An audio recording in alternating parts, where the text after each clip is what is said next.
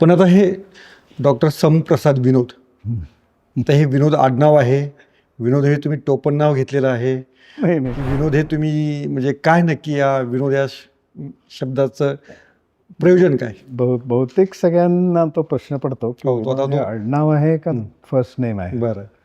पण अशी एक आख्यायिका सांगितली जाते की आपल्या पेशव्यांच्या काळामध्ये तुमचे पूर्वज कोणीतरी एक कीर्तनकार होते बरं. आणि त्यांचं नाव मोडक होतं आणि ते विनोदी होते खूप. त्यावेळेला एकदा पेशवे त्यांना म्हणाले, तेव्हा तुम्ही तर मूर्तिमंत विनोद आहात. आणि तेव्हापासून ते मोडकचं विनोद झाला. अच्छा. तुमच्या लुक बद्दल तुम्हाला कोणी काय म्हटलं काय, जरा रजनीशांत दिसतंय म्हणून? म्हणणारे म्हणतात, पण मी आपलं कसं बघतो की मला आपलं कम्फर्टेबल वाटतं बरं. त्याच्यामध्ये असं आहे.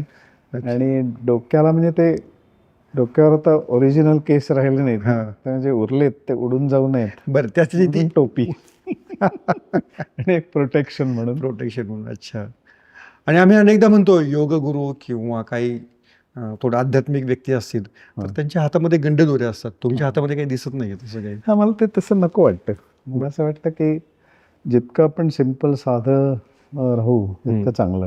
कारण लोकांना असं दुरावा नाही वाटतं का मग आपल्याविषयी. त्यांना कनेक्ट होता आलं पाहिजे, बरं, मोकळेपणाने आपल्याशी बोलता आलं पाहिजे, त्यांचं मन मोकळं केलं पाहिजे. आपल्याला त्यांना जर संवाद साधायचा असेल तर त्यांना आधी समजून घेणं आणि मग योग्य प्रकारे त्यांना गाईड करणं की ज्याच्याकडे त्यांचे प्रश्न दूर होतील, त्यांना एक दृष्टी मिळून जाईल. आणि त्यांना असं आपल्यावर अवलंबून ठेवणं असं न करता त्यांना मोकळं करणं, त्याच्यासाठी भर मी देत असतो. बरं. हँड होल्डिंग जे असतं ते सुरुवातीला असतं की त्यांना समजेपर्यंत त्यांना समजावून सांगणं आणि वेळ देणं पुरेसा. पण सारखं हँड होल्डिंग नाही, ते कुठेतरी काढून घेणं, त्यांचं त्यांना स्वयंपूर्ण होतात का नाही बघणं. ते अगदीच पडायला लागले तर धरायचं पुन्हा, पण माझ्यावरती त्यांनी अवलंबून राहू नये असा माझा प्रयत्न असतो. अच्छा. पण काय होतं त्यांनी की नुसते ते शिष्यांची संख्या वाढते पण ते स्वयंपूर्ण होतच नाहीत. सतत गुरु म्हणतील तसं करणार. त्याच्यापेक्षा गुरूंचे जे सांगतायत ते गुरु म्हणजे सुद्धा काय खरं की ते जे ज्ञान आहे तर ते अज्ञानाचा अंधकार दूर करणारी शक्ती आहे ती, आणि ती सर्वव्यापी आहे, सर्वत्र येते. तर ते ज्याला कळलं आहे अशा व्यक्ती जे आपल्याला काही एक्सप्लेन करून सांगतात तर त्याच्यावरती आपण प्रयोग करून पाहिले, त्याचा शोध घेतला, त्या सत्याचा शोध घेतला, त्यातनं जे सांगितलं जात आहे ते शब्दातनं काहीतरी सांगितलं जात आहे.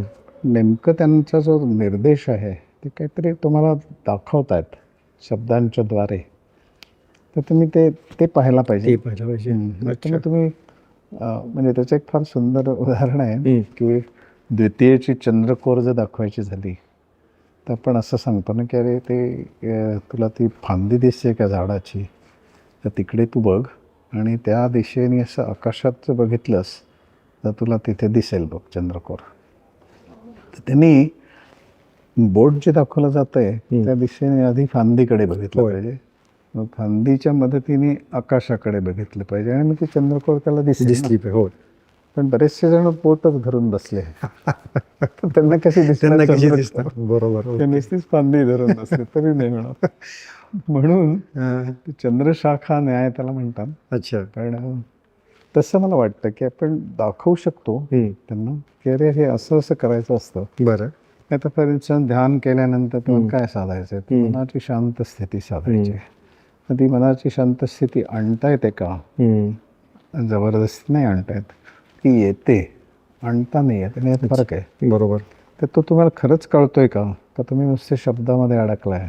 असं त्यांना विचारून बोलून खात्री करून घ्यावी लागते की खरंच कळलंय त्यांना. आणि खरंच कळणं याचा अर्थ बोध होणं, म्हणजे आतून डोक्यात प्रकाश पडणं की खरंच हे म्हणतात तर तुम्हाला आता ती दिसायला लागली चंद्रकोर, समजू लागले.